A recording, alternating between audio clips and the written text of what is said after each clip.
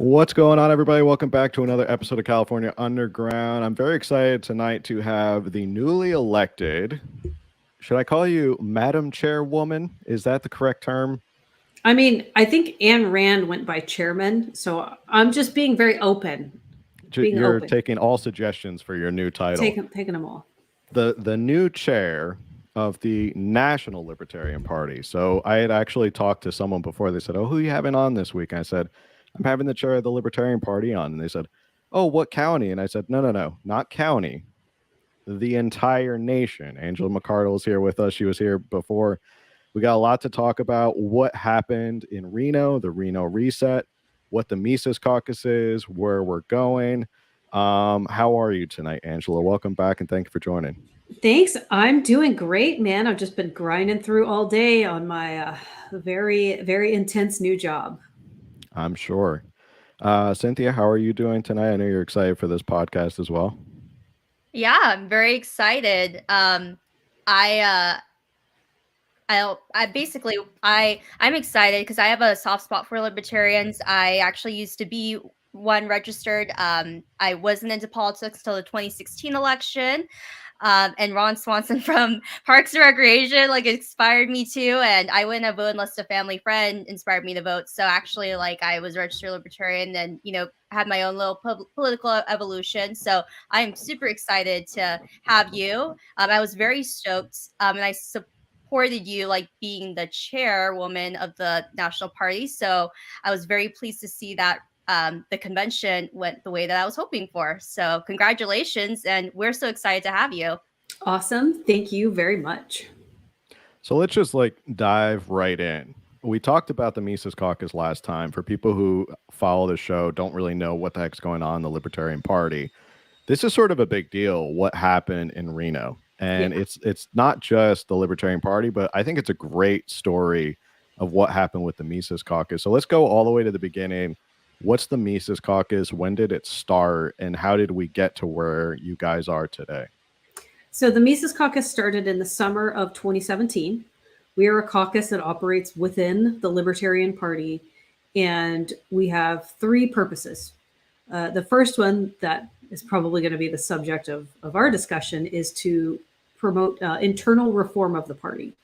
So to change out leadership as much as possible at the county, state, and national level, which we just accomplished quite aggressively. And the other three things really that we're very passionate about. One is economic literacy. We're very interested in Austrian economics and promoting that and helping people understand why taxes are bad, what causes inflation, and so on and so forth, what drives the economy. We're very interested in single issue coalitions, working with groups who are on the right and the left, actually, to promote particular issues. So if it's a drug decriminalization, that's something that's usually a little bit more left-leaning, although Republicans are coming around. Anti-war stuff, things like Defend the Guard, legislation, anti-mandate activity, that kind of stuff. And then the other thing that we care very much about are local elections. We adopt what we call a low time preference strategy. That means that we're not salivating over what we can do right in the moment in the here and now. We think it's very important to build an infrastructure politically, to get some experience locally, to make local changes, and to really operate in a grassroots kind of way. So that's what the Mises Caucus is about. And we've been operating on all of those levels, but our biggest win came just a couple of weeks ago in Reno with massive internal party reform at the National Convention.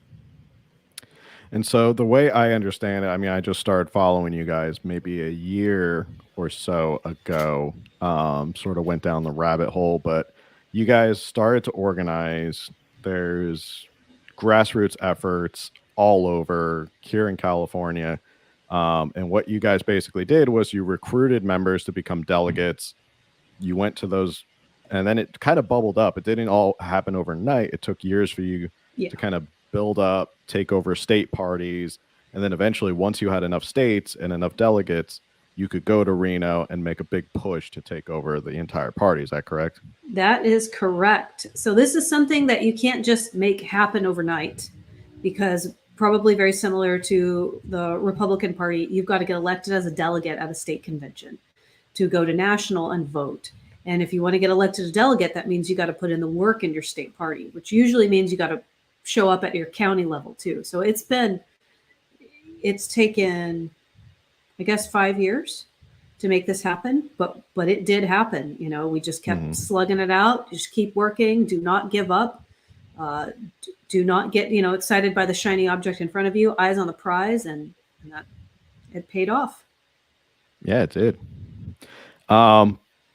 Now with this big Reno reset, we were talking before we hopped on, and there's been pushback because I think the party and administration and the old guard of the Libertarian Party is not exactly thrilled that you are taking over. And I would say that's more like a small minority, because I think there's a majority of people who are either a Mises Caucus member or they're adjacent. They're like, I support them because I want to see what they're going to do.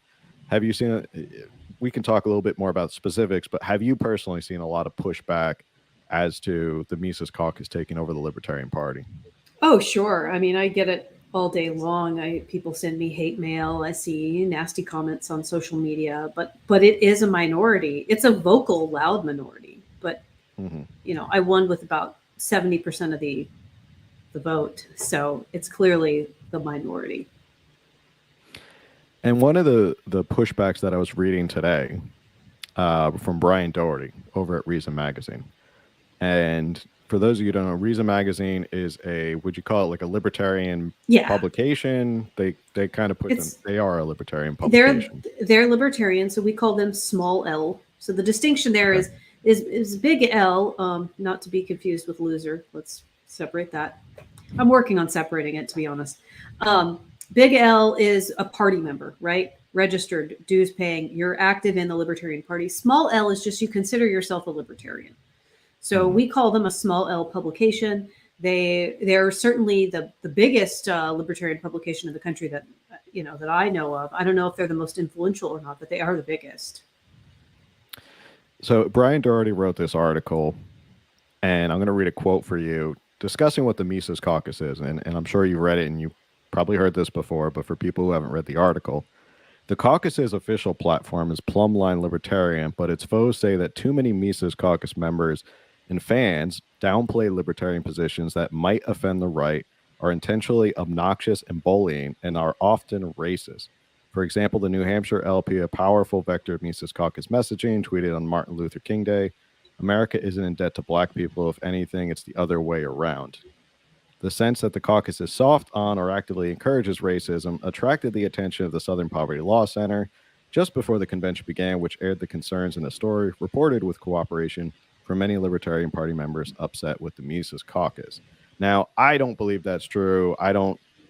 From following the Mises Caucus and following a lot of influencers and like people like that, I think this guy is basically full of shit, but I'll let you respond. So let's break it down piece by piece, right? So New Hampshire occasionally has a couple of bad tweets.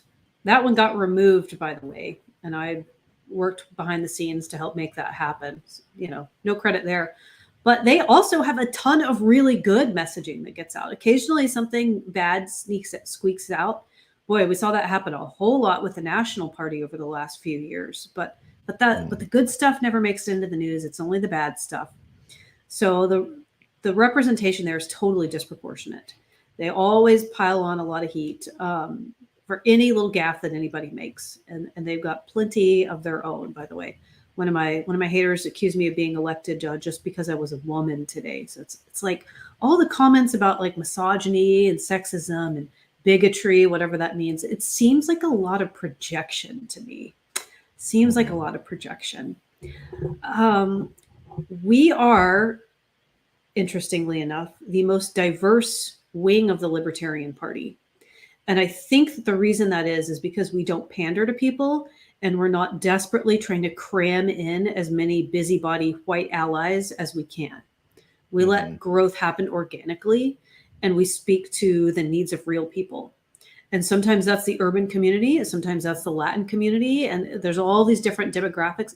Women, we care about issues that women are interested in, like medical freedom, what goes into their children's bodies, food freedom, just simple little things like raw milk and like farm to table supply chain issues that people in middle America care about, and the rest of the country they just pretend like it doesn't exist. So I'm actually really pleased that the caucus has done a really good job of looking at the different demographics and groups in the country, being open to feedback, which is something that the Libertarian Party historically has not been very good at. And like we take that feedback and we listen to it and we're like, you're right. You know, sometimes you got to take one on the chin. Somebody says our messaging sucks, or we don't do a good job of outreach, or we're pandering. I'm just like, you know what? I want to hear you out. You're probably right about it. And then we course correct. So I really like how the caucus has approached things like, like racism and identity politics, which is that we mostly just stay away from it. Yeah, and I found before you guys took over recently, and I feel other people are probably feeling the same way, I would see tweets from the Libertarian Party National, and I would look at them and kind of look at them side-eye and be like, I don't know if I really believe that. But anything I would see from the Libertarian Mises Caucus, I would say, like automatically. Like it's almost automatic. Like I agree with the Mises Caucus, but now I'm starting to see the Libertarian National account is tweeting stuff that I'm like, yep, I get that. Yep, I agree with that. So the messaging has been more on par with a definite, like you have a direct message and there's no pandering at all. It's definitely, here's who we are, here's our platform, and that, deal with it. Like this is who we are and we're coming for you. So absolutely. And that's, so we did make a major shift in our messaging on Twitter. The rest of social media is coming along behind it steadily. I will say that the National Party is huge, right? We've got almost 17,000 dues-paying members across the country. A lot more people who are active at the state level, but maybe they don't have memberships at the national level, but they still participate. Like there's a ton of us. And we are a slow-moving organization because we're so large. It frustrates me to no end, but I have to kind of operate within the framework of reality. So some of our messaging campaigns are going to take a little bit of time to catch up as I go through and rewrite policies and get the staff on board, make sure they feel encouraged and like, we're not about to burn the place down. But messaging is coming along. And that was a really important thing, is because we needed to show people right away that we were quite serious about what we were talking about. We are going to change messaging. We are going to make the Libertarian Party friendlier to libertarians. It's painful that I have to say that, but I do. Like the party was not welcoming to libertarians, and it was not welcoming to people who are going to be friendly to us, like yourselves. People who are like, well, I usually align this way, but sometimes if you have a good candidate or whatever, I'm going to vote with you. But, we should be doing outreach to those people. We should be courting your vote specifically and showing you that we have something of value. And that wasn't happening before. So making it happen now. So I know you mentioned that the Mises Caucus originated in 2017, and you kind of alluded to that the National Party and, trying to start local infrastructure, things were just not going well exactly. I think our audience and myself would really love to know, though, because I know you were previously on the podcast with Phil some time ago, and a lot has changed. But what was the event that was the 2016 election? Like what exactly happened? Why was 2017 so significant to where you guys launched this? So, there was some kind of strange infighting that cropped up in the party around that time. And it was that the national chair at that time decided that he really was going to have it out for Ron Paul and everybody associated with Ron Paul. And I would say in the broader liberty movement, so Liberty Caucus Republicans, libertarians, a lot of anarchists, anti-war leftists who haven't totally drank the COVID Kool-Aid. Ron Paul is a beloved figure, and I can't imagine why anybody would hate on the guy. It just doesn't make any sense. He's made incredible advances to our movement, and the Mises Caucus was really formed as a reaction to that, where it was like, okay, this guy clearly has some sort of weird agenda. Plenty of people speculate about why. He's a Fed, he's a leftist, I don't know. I don't know anything about that. I know that he's someone who has some very poor opinions of people who are really great. So we thought, it looks like the party is just like, it's going down the tubes, like a bad direction. There was like a a survey or no, a petition circulated to get people to like disavow fascism. It was just ridiculous things. We were like, this is not the way to go, you know. So Michael Heiss, the founder, formed the caucus really as a reaction to all of that nonsense that was quite damaging to the party. So in talking about how I think there is an opportunity for libertarians to make strides in the political sphere right now. And I'm thinking about how everyone's fighting over this January 6th committee. And I thought, God, this is like a perfect encapsulation of how the two-party system is absolutely failing in terms of, I mean, we have no baby formula. Gas prices are through the roof.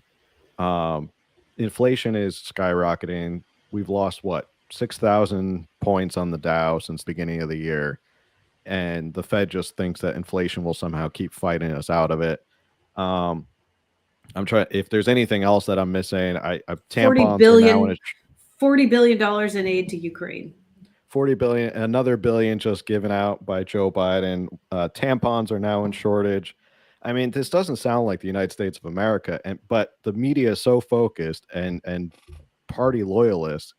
I call them like tribalists because they are so convinced by their tribe that they're focused on January 6th. Like, who the hell cares when it comes down to it? We have much bigger issues. So do you see that as a huge opportunity for libertarians to kind of charge in and be like, look, we're going to focus on this and start paying attention to us? Absolutely. I mean, like, what you really need to do if you want to be successful in politics is, well, obviously, you know, make the best propaganda and control as many media outlets as you can.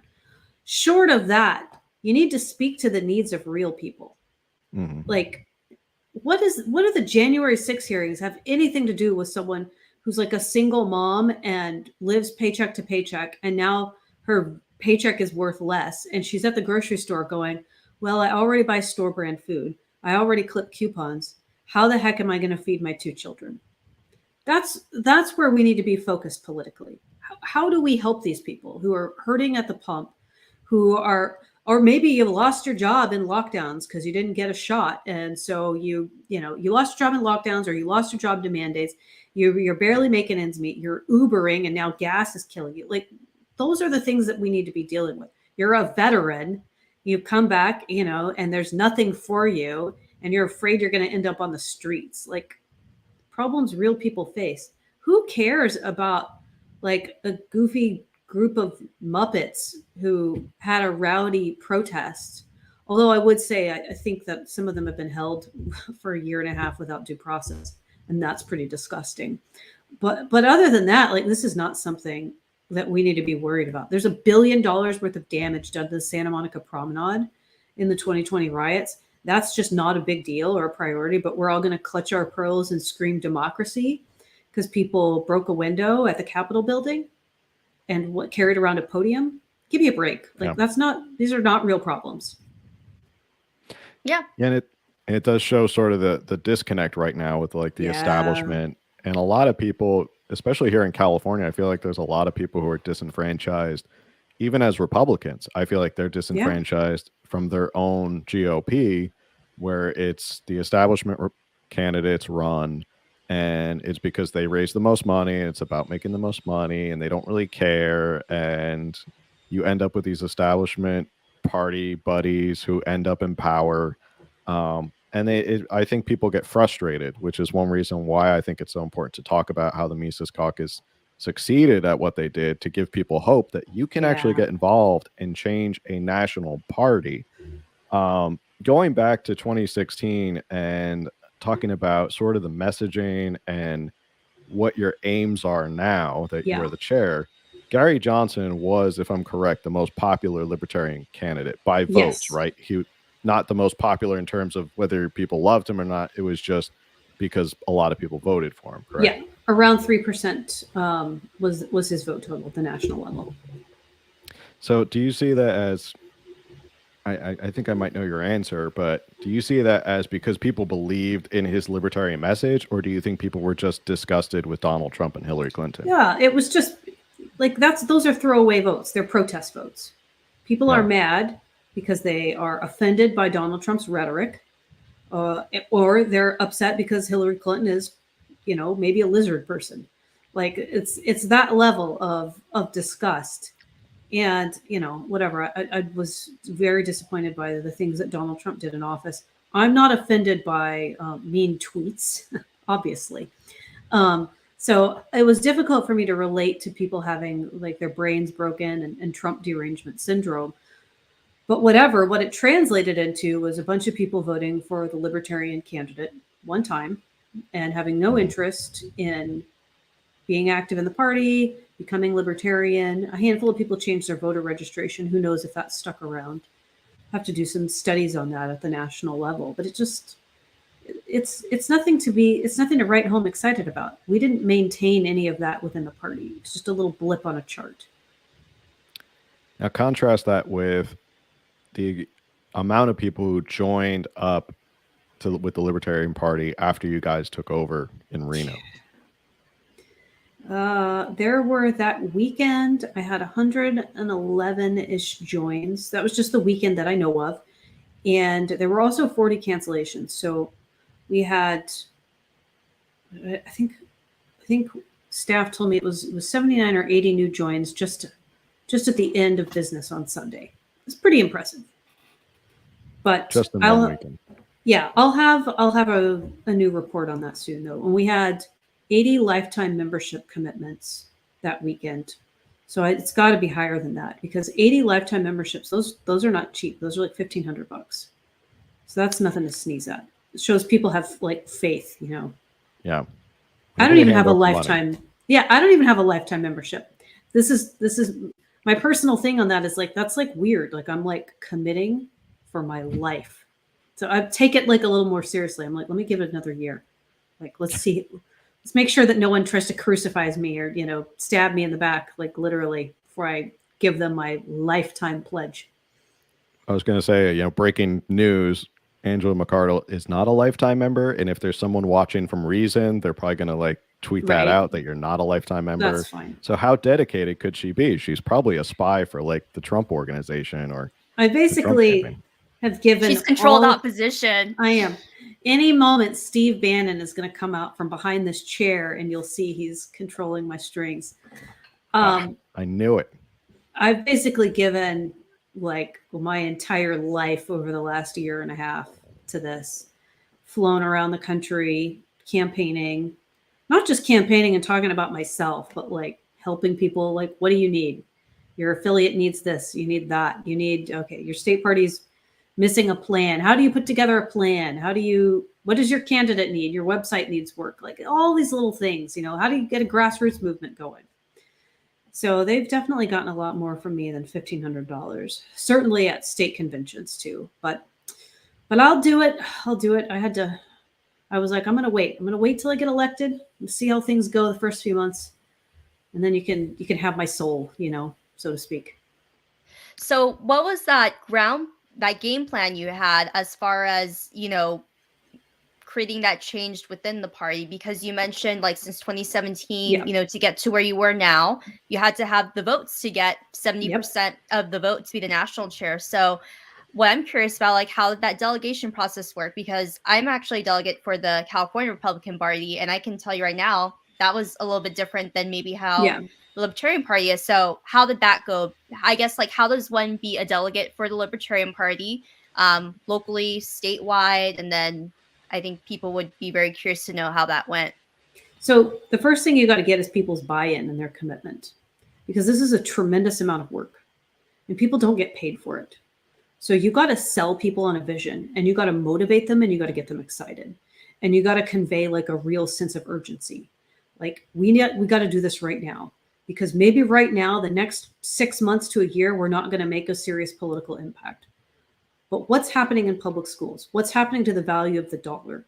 Your children's futures are at stake. Let's get engaged in a place where we can actually make some serious work happen in 10 years before your kids get out of high school, before they do whatever, and they go into the world and they wonder, what on earth did we leave them with? So you got to get people riled up. And a good way to do that is obviously that message, but they need something to coalesce around. And we are really focused on the Ron Paul revolution. Like we are the Ron Paul remnant. the people who are left over from his campaigns, people who were excited about him, who believed in him and what he wanted to do. And from a libertarian perspective, we saw that the GOP was very unwelcoming to that, and it died. And we hate that. We want Ron Paul's legacy to live on and for people to really embody those values. And so we provided a home for that. And people were really excited about that. And they rallied around it, and they believed in our cause.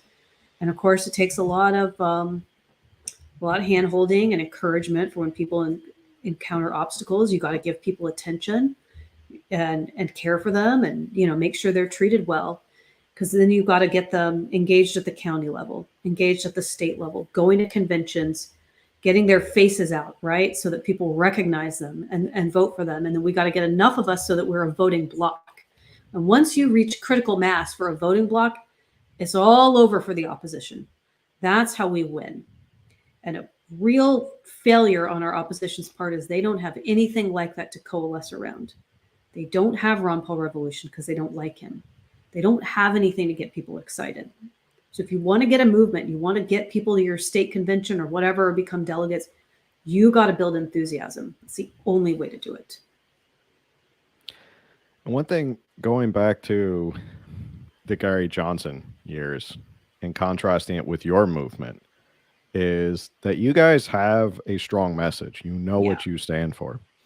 And I think the problem with a lot of libertarians up until now, and I say up until now because I have a good feeling things are going to change for the better, is that it just seems like they've tried to be this wishy-washy, meek-milled kind of like, hey, we're cool with Democrats, but we're also cool with Republicans. And they kind of like try to go into these spaces. And like if Bill Weld's on Fox News, he's going to say like some big GOP establishment talking points. And if they're on like MSNBC, they're going to say some like big leftist statist talking points. And then you look at it and you go, well, I don't really know what you stand for, because they're trying to get everybody into the party and to support you. But I have a feeling that that's not your guys' plan. You have a direct message talking about messaging and rallying people. You have that direct message, correct? Absolutely. You got to know your target audience. Demographics are so important. And that's something that the National Libertarian Party just hasn't done much of in recent history. I know. I had 2 meetings about it today. It's a real failing. And when you try to please everyone, you end up pleasing no one. And that's what happened with the Gary Johnson campaign. Plenty of protest votes, but no excitement, no enthusiasm. Like the people, here's some of the people I want to reach out to, right? People who were early adopters in opposing mandates and lockdowns, because all political parties failed them. Libertarian Party, unfortunately, failed to speak out on it for an entire year. It's so embarrassing. A lot of Republican governors locked their states down. They were the first to lift the mandates, but they locked people down all the same, and it killed a lot of jobs. Democrats, well, you know the story there. They're still trying to impose mask mandates on us. So we want to reach out to people who are hurt by government, parents who are concerned about curriculums, critical race theory, mandates for school children with drugs that they don't trust, things like that. Like, it's not just 18 to 40-year-old white males who are edgelording on Reddit. That's, maybe that's what Brian Doherty or other people think. But I'll tell you, as someone who does the actual work with people in the field, like, a lot of it is parents and families who are concerned about what's happening in the country. And you were part of the movement up in LA to stop the vaccine mandates, correct? You just said, yes, as Libertarian Party, we're going to stand against this and we're going to take direct action, correct? Yeah, so that was my project. I had incredible help and support from the Libertarian Party of LA County. It was basically entirely controlled by the Libertarian Party, which I thought was pretty incredible. Dan Welby, who is probably going to take over for me as LA County chair, was my right-hand man. Jess Ramos ran our social media and did a phenomenal job. What we saw was, obviously, the government did something horrible at the local level, and there was outrage, like a real outcry about it. So we just went and we met the needs of people who were being harmed, and the support that we had was really incredible. I was so excited to be part of that. So I get we should talk a little bit about California, considering this is a California political podcast. I'm fronting my California Mises Caucus T-shirt right now. I'm Repping our Mises, California Mises Caucus. Awesome. I don't usually wear T-shirts, but I felt like this one was good. This- They all signed this, by the way, at convention. Isn't that adorable? You probably can't see it, but they all signed it and gave me the shirt. You should probably put that in like one of those glass cases so that you can hold on to it forever. Yeah, it's my new favorite. I mean, we could sit here and talk about the Fed and how Biden's screwing up, but I'm sure you've gone and talked about that to everybody else. Here in California specifically, what are some of the biggest issues that the Libertarian Party sees as good issues you can make a strong argument against? I mean, I don't want to list them all out for you. I'm sure you have plenty of them, but I mean, gun rights, COVID regime, all that stuff. Yep. Gun rights, vaccine mandates, the threat of being locked down again. Gas tax, the fact that that hasn't been repealed yet. Come on. Like, gas is outrageously expensive. Public schools, homelessness, how much money is going into pensions, which is not an exciting, sexy thing to talk about. But when you see how broke we are and you have all these homeless people and all these special programs that are, of course, failing abysmally, and then you look to see how much money we're giving government employees to retire on and what we're promising them, like, it's obscene. Violent crime in LA. Our district attorney is he's an absolute wrecking ball. And he wrecked San Francisco and then came down here and was like, I'm going to wreck you too. And it's happening. Like, oh man, the list goes on and on. There's so many things. Water, that's another one that's really boring that nobody talks about. They're going to talk about it once we run out of freaking water. That's a real crisis waiting to happen. So what's the libertarian solution to water? Oh man, it's people aren't going to be happy about it. There is no perfect solution, but we need to start deregulating things. We need to start looking at where the water is actually spent. The first thing that you could do is to stop punishing consumers, regular people, because we're not the ones taking up most of the water. A lot of water goes to agriculture. Where are we getting it from? It's been grossly mismanaged. Why don't we have more reservoirs built? Why don't we have more pipelines built? Government has just dragged their heels on all of this. It's almost as bad as the bullet train. Like, everybody knows about the bullet train, the train to nowhere the train was built, allegedly, like at least a concept. And then the rail was built and those two literally didn't even match each other. And they just keep throwing money at this failing project that will never happen. Water is like that, but it's been for like 30 years at least. Yeah, and you bring up a good point about deregulation. I always think, you know, Gavin Newsom likes to boast we're like the 5th largest economy in the world. You know, whatever statistic he 11th. likes to make up. We're the 11th largest. 11th, 5th, whatever. We're like 16th in income inequality if we were a country in the world. Doesn't ever want to talk about that. Right. But I always say that the California economy does well or does okay despite California government. Like, they always like to pretend that it's, well, we do really well because of our governmental policies. But I always say, no, I think it's because people like being in California and there's opportunity in California and people will stick it out to stay in California. Yes. But there's so much potential that is not realized in California because of regulation and state overreach. It's the potential is like it's treated poorly. We treat businesses and industry with contempt. That's really unfortunate. So we're the 11th largest economy in the world. Greater Los Angeles is the 13th largest. Those were pre-lockdown numbers. I don't know what they are now. I don't know if anybody's reassessed. But with Tesla leaving, with Toyota left several years before that, you're seeing a lot of other industries look at leaving. Some of the film and entertainment industry has left. Not all of it, but some of it has gone to Vegas. Some of it has gone to Georgia. They tried New Orleans. That was a flop. But we have people who are job creators really bailing, and tons of small businesses. They either shut down the small businesses or the small businesses just left, the ones that were smart and were able to, because logistically, obviously, it's a huge undertaking to move your business out of state. These are things that, like, no one, I mean, certainly we are aware, but people on the left, they just pretend it's not real. Someone asked in the chat, and I think I know your answer, but someone said, what's the LP's stance on Prop 13? Oh, we got to defend property rights. I care very much about defending property rights. We oppose taxation. So there's varying degrees within the Libertarian Party. Some people think that taxes should only exist at the minimal level to do things like fund basic infrastructure, defensive property rights, and the country. Other people, more like myself, are like, get rid of all of it, make it voluntary. Get rid of it all. If someone cares, they'll pay. Property taxes are just egregious, and especially somewhere like California, where everything already costs so much, and the tax rate is so high. Like you got to keep those as low as possible, because it's a real hurdle to keeping poor people from being able to purchase a home when you have to keep basically paying rent to the government every year. Speaking of which, I don't know if you've heard of this new policy that's coming out of Sacramento. This may be your first time hearing it, and I want to get your reaction to it. Senator Pro Temp Tony Atkins, who's the leader of the California Senate, has put forward a bill where they're going to create a $1 billion fund with our tax money to help people for down payments on houses.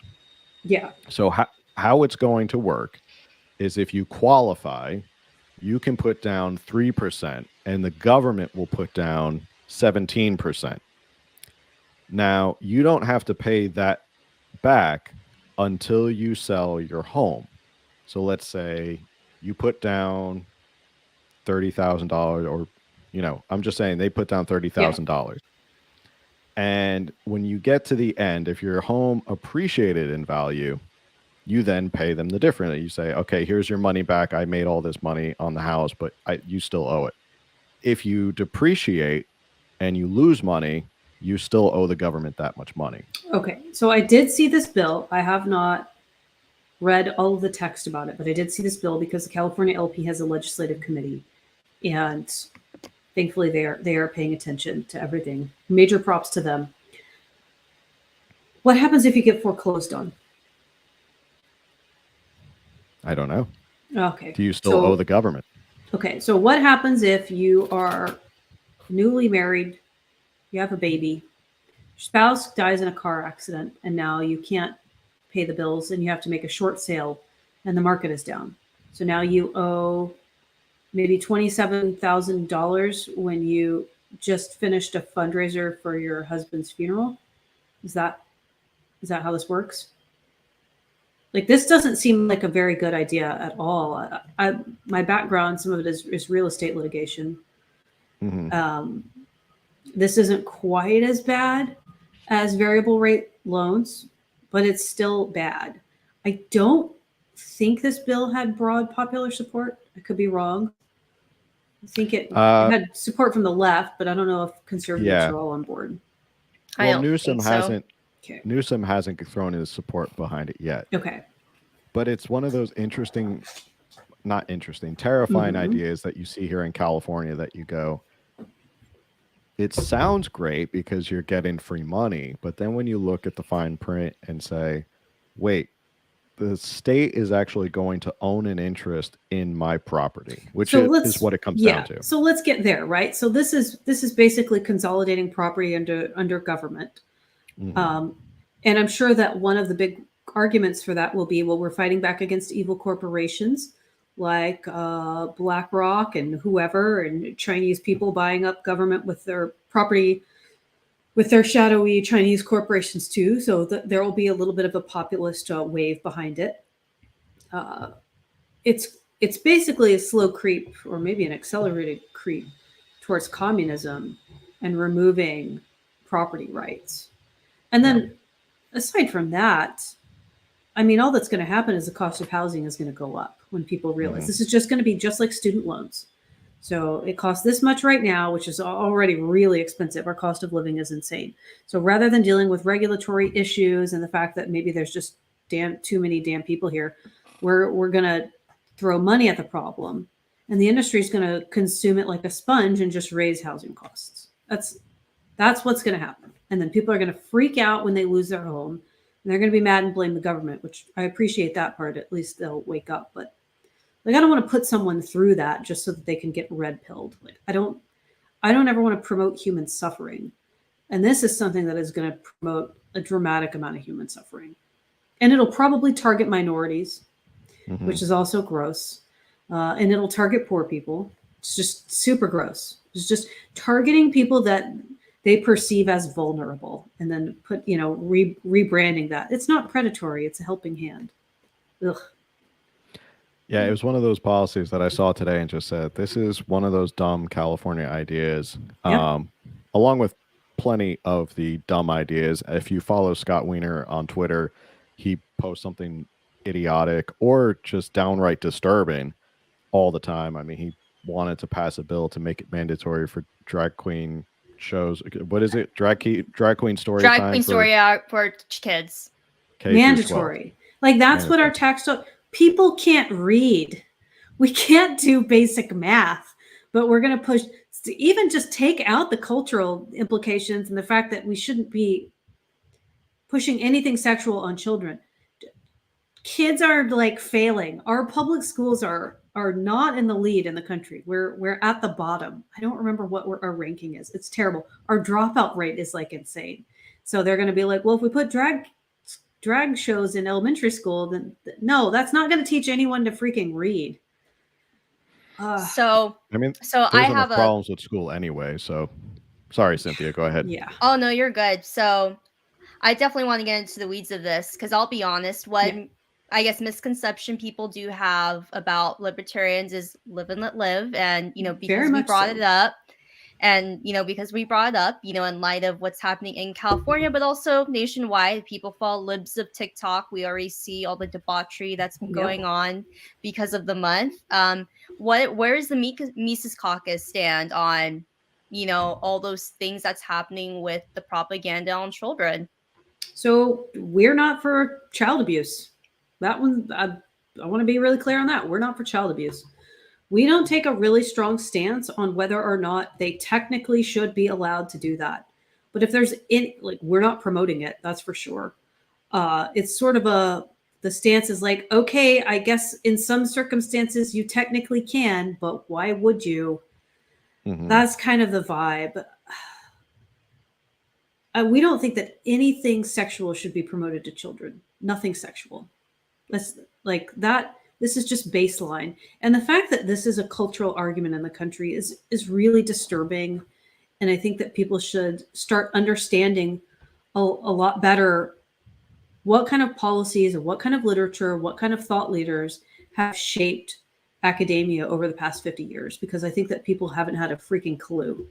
And it's time that they get clued in. And a lot of the policies and books that are the most cited in academia when it comes to pedagogy are books like, I always butcher his last name, Paulo Freire, people who really promote revolutionary thinking in children that are geared towards socialism and communism.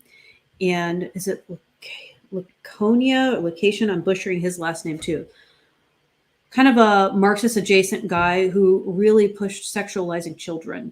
And he said that sexualizing children is a catalyst for the revolution, because it removes children from the influence of their family, because now they are attached through intimacy to someone else, which makes them more programmable. And you'll see the same thing you'll see the same type of behavior patterns in cults that target adults. They usually use sexual activity to draw you in close, make you feel like you have a bond, and they pull you away from your friends and family. And I think that that's what's happened in public school over the last 50 years. It's been a slow creep, and now we are finally seeing the fruits of that. So that's my thing on public education and why children are being sexualized. So yeah, we're not in favor. I don't know that there's any bills or legislation we're trying to pass right now on the topic, but we're more just like sounding the alarm. And Cynthia took the words out of my mouth, because that was literally going to be my next point. Was I think people who view libertarians kind of get in the weeds, and if conservatives look at libertarians, they say, oh, well, they're too open and free on everything else. And I guess my personal stance, and I don't know if this fits in with the Libertarian Party, is if you believe in the non-aggression principle, you can go do what you want to Yeah. do. It's California. There's a lot of people who go do Yeah. what they want to do. I have a problem with the minute you start going to public schools where kids are basically captive audiences. Yes. I have a problem when the state promotes a certain lifestyle and then shoves it down your throat with propaganda. So I think that's where my line is. Like, Yeah. you can do what you want to do. Let me do what I want to do. But once the state and corporations get involved and it's just this unholy alliance of just like everything is just shoved down your throat, that's where I think you can draw the line and say that's too much and we don't stand for that. Absolutely. I mean, what do people on the left say all the time? Keep the government out of my uterus. Keep the government out of the bedroom. Okay. Keep the government out of our children. This is not an inconsistent position. If you don't want government propagandizing your children, like it's okay. You can say no. And this stuff is propaganda. Because when I went to school, back in my day, I think I asked my mom, like, what's gay when I was in first grade? And she was like, it's when, and gave me, and I was just like, as a 6-year-old, I was like, that's weird. And then went outside to play. Like, that was it. Mm-hmm. I didn't need a lesson on how to use sex toys. I didn't need explicit graphic detail on what adults do in the bedroom. I didn't need preparation for that. I was like playing hide and seek and like doing things that children do. And look, lo and behold, I didn't grow up to be like a gay hunting, mass murdering bigot. Like, what do you know? I have gay friends, which you're not allowed to say because somehow that's now an indictment. Like everything is upside down. But yeah, we should keep the government away from the family unit, and we should keep the government away from children as much as possible. I think there's no perfect solution. There's no libertarian utopia. Like, we got to deal with the human condition, right? Which is that human beings are flawed. But one of our best safeguards is to keep government away from family and let families decide what's best for them. So we are coming up on the hour and we want to be mindful of your time, and the comment section is going wild and it's awesome seeing people very enthusiastic. So we just wanted to, see if we can get you to answer a few questions before we let you go. Is that cool? Heck yeah, let's do it. Awesome. So there's someone that asked, hey, Angela, are there any Mises Caucus delegates in Sacramento County? Yes. I'm trying to think who else in Sacramento. Ben Weir was, but he just moved to New Hampshire. The best person to contact is Adrian Malagon, who is in the Bay Area, actually, but he can get you connected with anyone else. So where you'll want to go is lpmisescaucus.com, or you can hit me up on Twitter, tag me and say you're looking for people in the Sacramento area. I'll connect you with Adrian there, and we'll get it going. Perfect. Now, that person also asks, will the Mises Caucus speak out against the WEF? So I'm assuming that they're talking about the World Economic Forum. I'm not sure if your caucus has a position on that. Yes, we can't stand it. It's an awful, contemptible organization. We definitely oppose the World Economic Forum and all types of global central planning, Great Reset, all of that stuff. Absolute satanic garbage. We're not a fan. Perfect. A friend of the podcast and someone we had on Trigonology made it on, and he had asked, why aren't we doing desalination plants? So I think he was talking about our conversation. We were talking about water in California. So I'm totally in favor of that. I have heard mixed reviews on how cost effective they are, which is probably why it doesn't get talked about more. If there are cost effective desalination plants, I think that that's something we should absolutely go for. It might be more cost effective too if there were less regulatory barriers. So I think that's part of all the same ball of wax. Perfect. And then there was someone else that also was curious about the rubber zone of Sacramento. So you have a couple people on the program that are interested in getting involved in Sacramento. So that's awesome. Yep. So Adrian Malagon can connect you. Zach Kincaid is up north too. He's not in Sacramento, but he's not too far. Ben Weir, who is also very active in the Veterans Caucus. By the way, we are doing a real push to do veteran outreach. Those are 3 people who can get you connected in Sacramento. But definitely hit me up offline, and I'll make sure that happens. Perfect. Then someone had asked, with your success of galvanizing new delegates, do you have a plan, or is it important to be cautious to not let a version of Republican in name onlys in to protect your headway on messaging? So do we have a plan? I mean, trying to understand the question. So I guess the question is, do you have a plan to be cautious of people who act like Mises Caucus members and then are just pretending to be, but they really aren't Mises Caucus members? Very good question. And this happens when any movement makes a big win. People see it and they're excited and they want to be a part of it, but they're not 100% ideologically bought in. And that's okay. The place for those people is to be allies and for us to welcome them into the party, but not necessarily into the caucus. So I'm a big fan of vetting. And the way that we vet people is really just a conversation with another human being.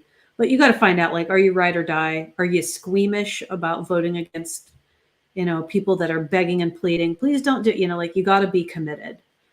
So we'll continue to do that while growing the party, outside of the caucus with people who mostly align with us as well. Perfect. Were there any other questions? I can't see.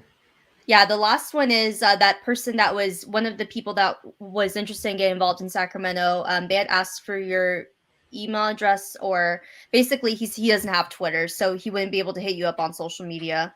Got it. Okay, so without blasting my email address publicly, if you go to lp.org to contact, there is a place where you can contact the National Party chair. And if you type that message in, it goes straight to my email inbox, and I reply to every single email every single day. So I will not miss you. Perfect. Yeah, I think those were all the questions that we had. Awesome. So in kind of closing out, I had about 10 other things I wanted to talk about, but we can talk about them another time. Let's do it. You're not super busy. We have to have you on again. Let's do it. I wanted to ask a general question for people who are not really into or curious about the Libertarian Party and want to know more about it. What are some resources that you would suggest to kind of get them falling down the rabbit hole? I always say, go to the Mises Institute, check out their books. First book you should always read is Anatomy of the State. What are some other ones, personal ones, you hand over to people to turn over and say, hey, check this out, and then get back to me? Okay, so scroll through Mises.org. I really recommend for books, if you want intro reading, Ron Paul's books. He's got In the Fed and Revolution and For a New Liberty. Those are really good. They're topical. So if you want to skim topic to topic, you can do that. I think I just sent a copy to my dad for Father's Day. Let's see if I have one on my bookshelf behind me. Let's see. Now we're really putting our libertarian credentials to the test right here. Here we go, right here. This book right here, Liberty Defined. This is like a perfect primer. And if you're someone who's coming in from the GOP, or you're just like sort of socially conservative, this is a really good book. It's not going to freak you out. It's not going to, I don't know. It covers all topics, but it covers them really well in a way that doesn't have strong emotional appeal. It's not inflammatory. It's just a really good primer. And it's interesting. Someone wrote Murray Rothbard, For a New Liberty, which is actually a book that I'm halfway through right now, which is a very good book. I like anything Murray Rothbard writes. I like his progressive era books. I mean, he's written a lot. So Agreed. Check out Murray Rothbard. He's fantastic. Well, great. Any other final comments? We want to respect your time. We know you're very busy now that you have to run an entire national party. No pressure at all. No one's looking to you to guide a whole national party. But any final thoughts and comments before we head off? Yeah, we're really committed to making the Libertarian Party more libertarian. If you want to join, you can go to lp.org to join at the national level. If you want to join in California, it's ca.lp.org. If you want to get connected to the Mises Caucus, it's lpmisescaucus.com. You can follow me on Twitter. I'm very easy to find. Angela for LNC Chair. Same on Instagram. And if you want to support the work I do, you can support me on Patreon. Awesome. Thanks again for coming on, Angela, and to everyone else, thanks for tuning in. If you enjoyed this episode, I always ask everybody, just text one person that you like this episode, share it, and let people know. Thanks again, and good night, everybody.